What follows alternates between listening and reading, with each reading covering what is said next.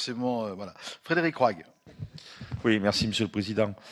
Il y a quelques mois, nous avions un débat suite à la crise du cheval sur les questions de traçabilité alimentaire et on a bien vu que dans toutes les interventions, la question des abattoirs et des entreprises de transformation était au cœur du sujet.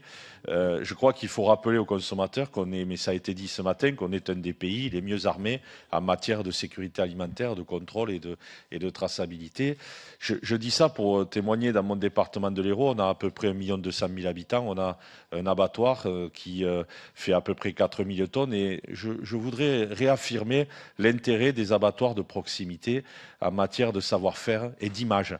Et peut-être on ne joue pas assez la communication sur ces abattoirs-là par rapport à la question à la fois des circuits courts mais aussi de la vente directe parce que quand on va dans le très urbain, l'agglomération de Montpellier, 400 000 habitants, moi je suis du Larzac avec le collègue Alain Marc et nos éleveurs vont commercialiser avec un atelier de découpe qui a été fait à l'abattoir toutes les semaines des produits comme dans une boucherie. Et je crois que la grande distribution, les industriels de la viande pourraient peut-être s'inspirer un tout petit peu plus de ces pratiques-là et de ces usages pour essayer à un moment donné de valoriser les savoir-faire, la qualité de ces entreprises que vous avez évoquées, Monsieur Langlois, mais les uns les autres, pour qu'effectivement le consommateur puisse se retourner et les transformateurs produire et transformer des viandes françaises. Je crois qu'il y a un vrai enjeu essentiel pour réinverser la balance des importations-exportations par rapport à nos productions, parce que c'est toujours un peu le chat qui se mord la queue. Nous, on n'est pas un gros département d'élevage, mais on nous dit si vous produisez, on distribuera.